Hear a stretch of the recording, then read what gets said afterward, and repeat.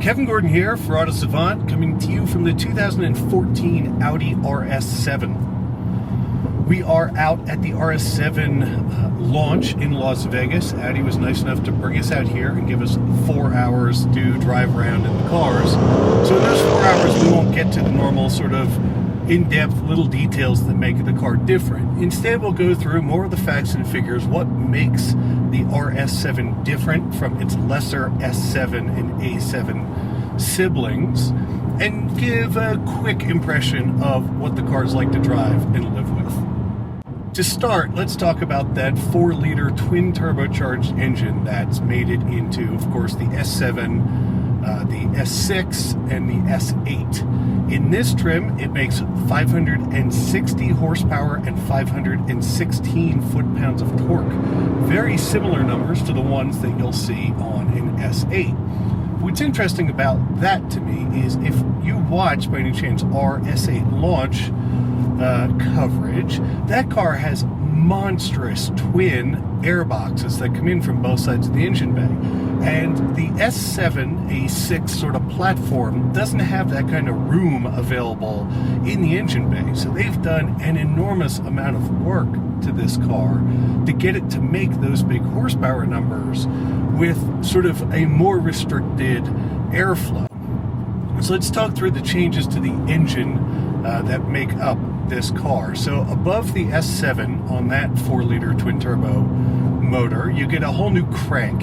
You get revised and much stronger piston rods. So they've also strengthened the bearings in the bottom end of the engine. It's got a whole new exhaust camshaft, new exhaust valves that are made of some kind of exotic material I can't even remember the name of, a slightly larger diameter compressor housing on the turbocharger, and they've ceramic coated the sort of surrounding of that compressor wheel so they can run tighter clearances on the turbo wheel as it spins. So they're in theory spinning less speed to make more boost. And when I say more boost, trust me, I mean quite a bit more boost. The S7 comes in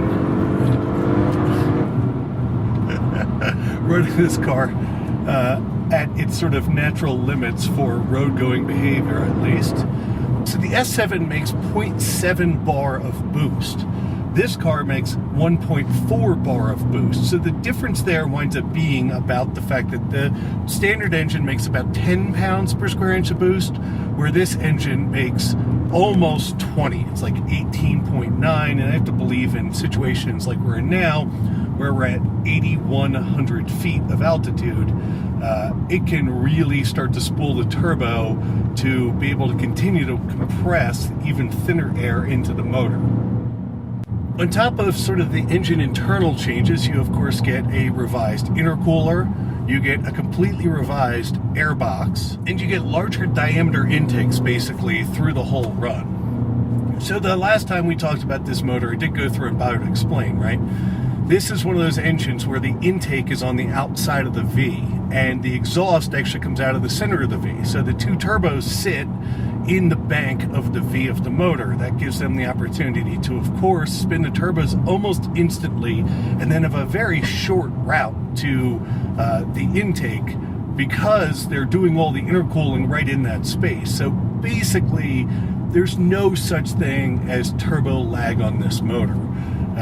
I would say that right at the bottom off the line, there is definitely a place where you're not quite in the operating efficiency zone of the motor, but in some ways what they've done to alleviate that is they've connected it to ZF's very good 8-speed automatic transmission. This isn't connected to one of their dual clutch gearboxes the way that the S6 and S7 are.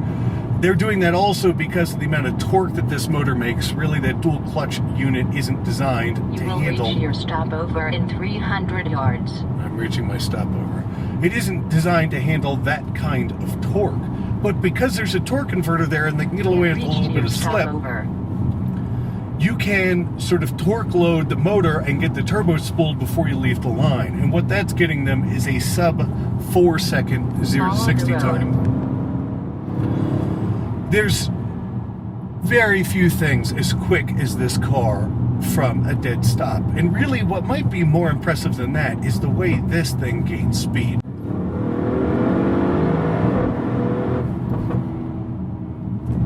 We had the chance to drive this car on sort of dual lane roads with a lot of passing zones on them, and you know, slower traffic disappears so fast. It's just sort of mind-boggling how fast these kinds of cars can go from, you know, 5 miles an hour below the speed limit to triple digits before you really have had a chance to think about it.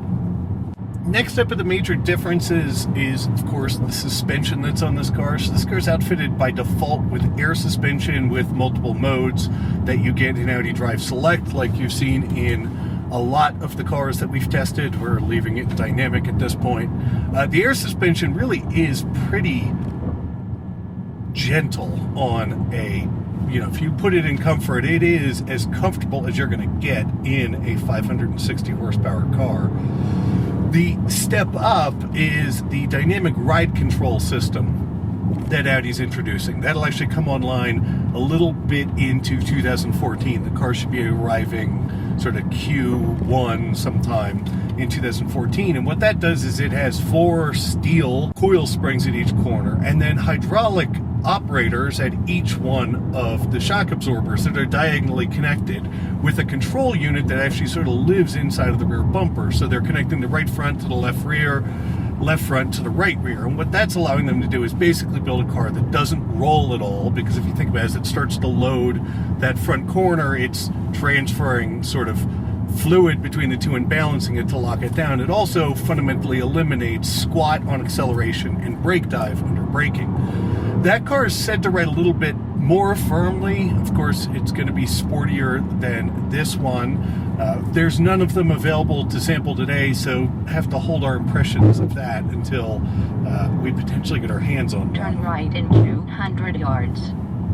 The next thing that, of course, they've played with to make this car even sportier is it's got a whole new center differential in it, and that is lighter than the previous one. It also can manage slip much better, so it does a much better job locking the wheels together than it wants to, and those are connected to the, you always get it in the RS7 Sport differential that we've spent so much time talking about on a review of the Audi S4. In this car, I think they've even sort of turned up the settings of the Sport differential even more. I mean, it is one of those cars that as you apply power, it almost starts to feel unnatural in the way that this thing starts to shift itself into a corner on a steady state, say, on-ramp, which is about all we're going to get to experience on a day like today. Let's face it, a car with 560 horsepower that has this kind of grip, it's irresponsible,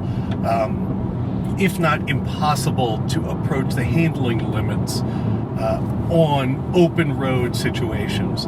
But you know, you definitely can always feel that Sport differential involving, and that's what they're doing to make these cars that are all-wheel drive, and in the past had been sort of so pushy by default, beyond neutral. I mean, the Sport differential, like I've said before, almost has the ability that under power, it just sort of feels like it's cocked the car at a couple degrees of slip angle and then just continues to drive it through the corner. It's like you can always tell that there's something really forcing the car in the direction that you're pointing it in.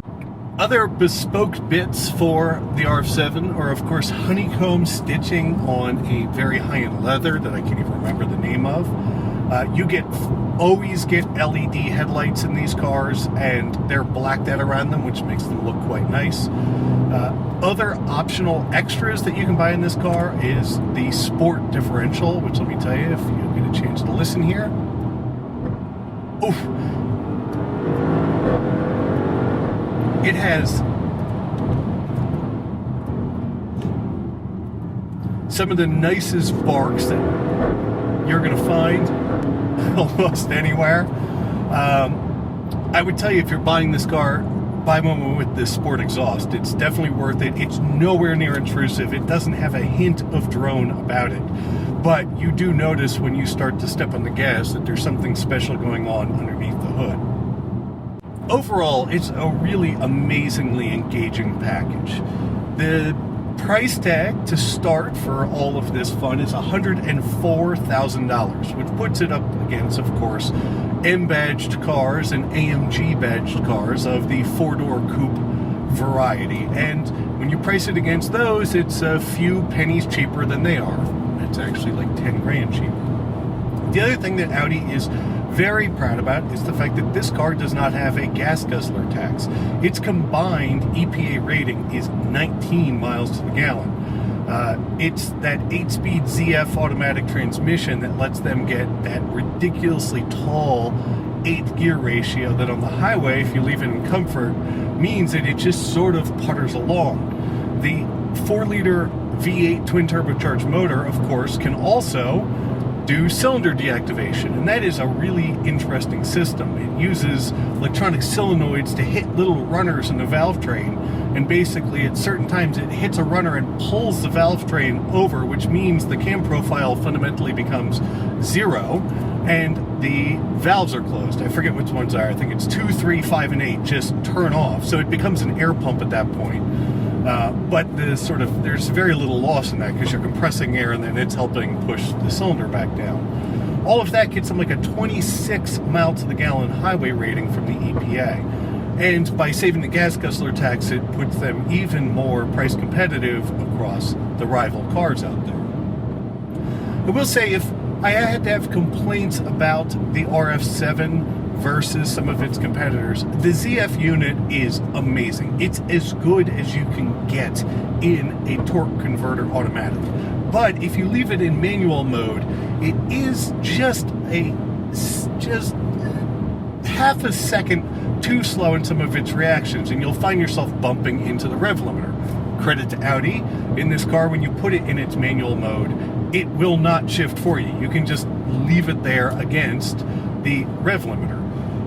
But I've actually found that leaving it in its sport mode is probably about the friendliest way to deal with it on a daily basis. Pull off here, run through some gravel, and give you guys the chance to hear a real hard launch from a stop. So because of that ZF unit, the other thing you give up is any kind of launch control. But because of that, you can load up the torque converter and build a little boost with the car. So we'll left foot brake, build some revs into it, and go. And that's 60, and we're currently losing our license. This car is amazingly fast. I mean, there's just, it's giggleable. It's incredibly fast. And what's interesting about that is, you probably can't tell from the video, is during those launches, the ZF unit's smart enough to actually short shift the first couple gears, because that 516 foot-pounds of torque is just available there from 2.5 all the way up to about 5.5. So it knows it can go grab its next ratio, really sort of prep its next ratio and grab it to continue to accelerate on. This car is amazingly quick. The only sort of other area that is probably not perfect is in the steering feel. So Audi's cars, because of the way that they operate these days and the way that their sort of dynamic, what's it called? Audi Drive Select works, the steering can be just a little artificially heavy when you have it in its dynamic modes, and a little less than providing full communication when you have it in its less than full out dynamic modes. This one isn't outfitted, and one of the options is full variable ratio steering, one of those variable ratio racks that can provide a pretty broad range of lockup. And when you put it in its dynamic mode, I think it locks at about 12 to 1. It can run from like 8 to 1 to 16 to 1 in its full potential range of modes. It is, again, you basically have to come up with things to provide constructive criticism for, though. Beyond that, the thing is as efficient as a 560 horsepower car can be. It's very comfortable for 4 adults. In the back, I'm 6'7", something, just above 6 foot tall, and I fit. There's a little bit of brushing of headroom back there, but because of its hatchback profile, you can actually fold down the rear seats and easily put things like golf clubs or shotguns or whatever other vice you have if you can afford a $104,000 car. So overall, a really amazingly impressive demonstration by Audi in the RS7. You know, you could spend hours just talking through the technology that's in the engine or in the suspension in these cars. They do so much and they do it so well. And really the bipolar nature of them, the fact that they can be such comfortable daily cruisers, but then just become vicious sports cars that will go, you know, I think Audi said that if you put the right tires in this thing and completely delimited it, it will almost approach a 200-mile-an-hour car. So with that, Kevin Gordon for Auto Savant. I look forward to talking to you guys soon.